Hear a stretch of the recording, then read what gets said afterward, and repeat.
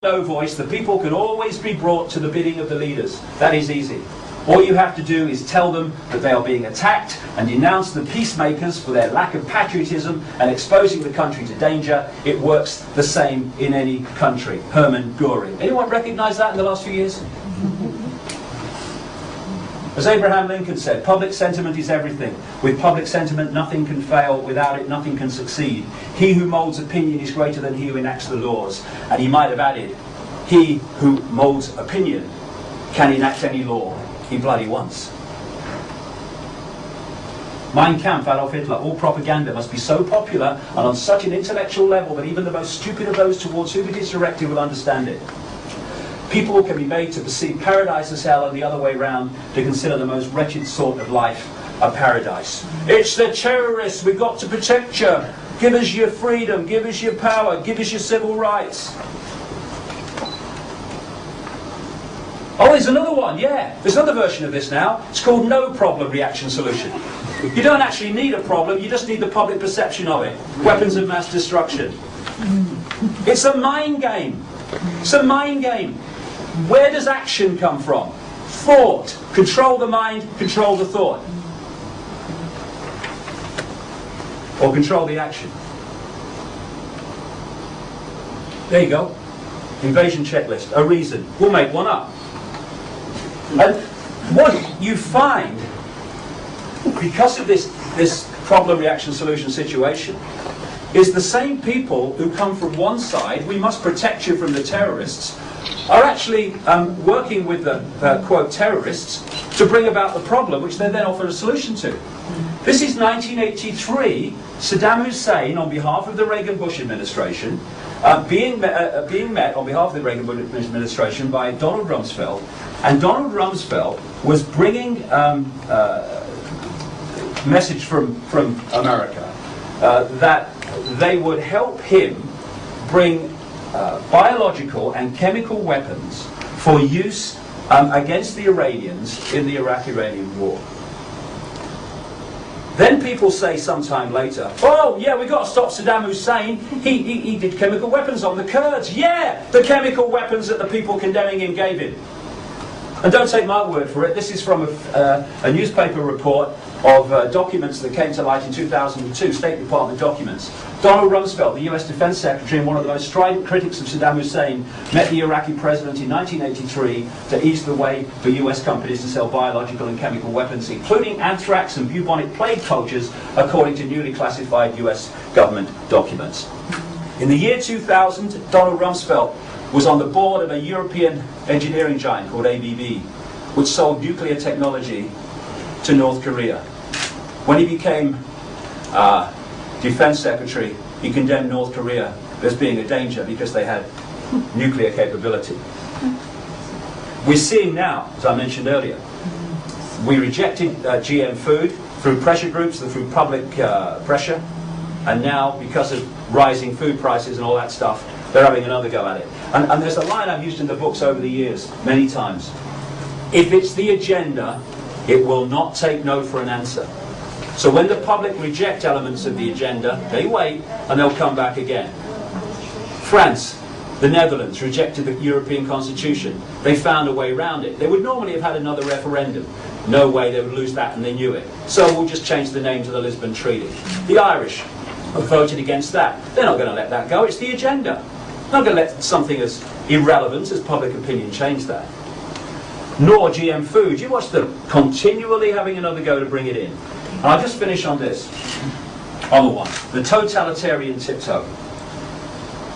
The totalitarian tiptoe is a term I came up with some years ago to describe this technique which interacts with problem reaction solution all the time. You know that you're going to stage Z.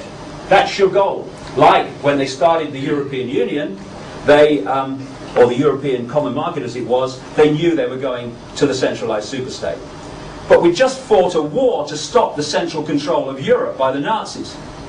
No way they would have got that in. So what do? You start your stepping stones. You're going to Z, but if you go in one leap, then people are going to look up from EastEnders or whatever, and they're going to go, what's going on? Because the change is so blatant.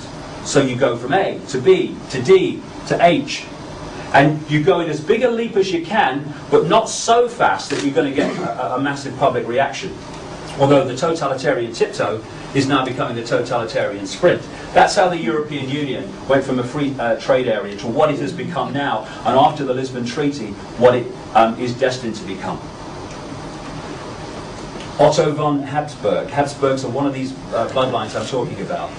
He was, that family was behind the Pan-Europa movement that instigated the European movement, which became the European Union from the start. He's still the honorary head of the Pan-Europa movement. That's its symbol. And they want to break Europe up into regions. You see, when you've got the coordinates, things that seem like okay things suddenly take on a different life. For instance, it seems that power is being devolved to Scotland and Wales, and they tried to get the English regions as well, having regional assemblies. They couldn't quite get it through. They'll have another go at that as well, because it's the agenda. And on the face of it, if you don't know the background, that's a good thing, devolution of power. Yeah. But when you realise that they want a centralised superstate in Europe, which controls not countries but regions of Europe, then the regionalisation of Britain, which on the surface seems a good thing, takes on a different light in terms of the structure is being formed for what they know the goal is. In America, the North American Free Trade Agreement, like I said earlier, is being totalitarian tiptoed to the American Union. They even have a name for their currency, at least it's a working title, the Amero, to replace the dollar, the peso, and the Canadian dollar. This is the structure they want. And we're down here. And it's coming into the fine detail of our lives. Globalization. I love that. It's people that reject that there's any kind of global conspiracy going on to create an Orwellian superstate. They then pick up their banners and say, stop globalization, stop globalization. What is globalization? It's the centralization of power agenda unfolding before our eyes.